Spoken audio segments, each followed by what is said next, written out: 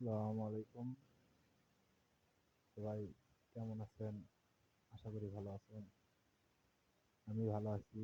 তো আজকে ফাইনালি বাসার সবাই বলল যে, "বড় ভাই, আপনি তো আগে জিলাপি বানাচ্ছিলেন, তো আমাদের একটু জিলাপি বানায়া খাওয়ান।"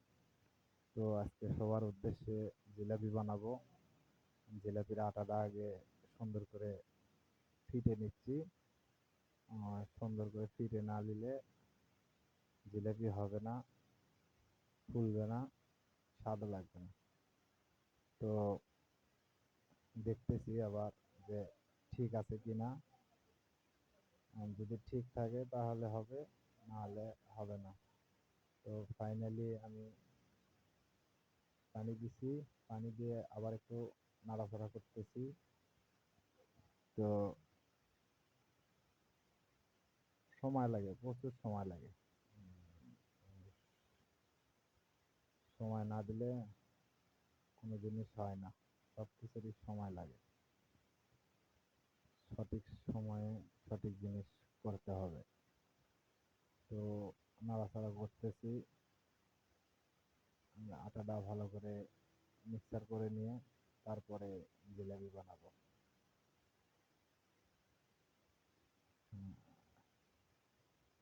আশা করি আমার ভিডিওটা সবাই দেখবেন, বেশি বেশি করে আমাকে ফলো করবেন,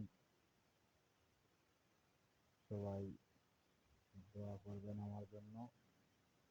আমি বর্তমানে গার্মেন্টসে জব করি। আজকে পবিত্র শুক্রবার। তো এখন বাজে রাত প্রায় 7টা। 7টার দিকে মানে বৃহস্পতিবারে নাইট করে শুক্রবারে সকালে বাড়াইছি। বারে ঘুম পারলাম, ঘুম থেকে 6টার সময় উঠছি, সবাই বললো যে জিলাপি খাওয়ান ভাইয়া, জিলাপি খাওয়ান। তো ওদের জন্য জিলাপি বানাইতেছি। সুন্দর করে মেখে নিয়েছি, এবার দেখতেছি আবার মাখাইতেছি। তেল দিছি হিট করতে, এখন তেল হিট হলে ভাজা শুরু করে দিব। ঠিক আছে, ভিডিওটা দেখতে থাকেন। জিলাপি কিভাবে ভাজে এটা দেখেন। ছোট ছোট বাবুরা এই জায়গায় ভিড় করেছে, জিলাপি খাবে, ওদের তো আর সইছে না। আপনারা যারা জিলাপি খেতে ভালোবাসেন তারা অবশ্যই ভিডিওটা বেশি বেশি করে দেখবেন। আশা করি ভালো লাগবে। জিলাপি কিভাবে ভাজতে হয় এটা আজকে আপনাদেরকে দেখাবো।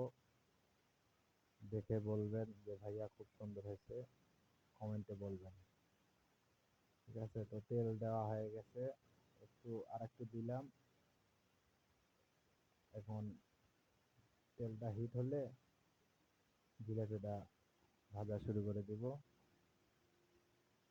যারা যারা জিলাপি খেতে ভালোবাসেন তারা অবশ্যই ভিডিওটা দেখবেন। অনেক সুন্দর একটা ভিডিও।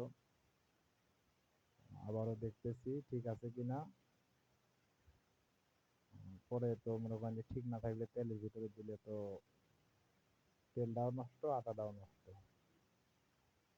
পাশে যে পোলাপান সব বসে আছে, এদেরও মন খারাপ হয়ে যাবে যে কি জিলাপি ভাজে, এরকম হলো কেন, এরকম হলো কেন।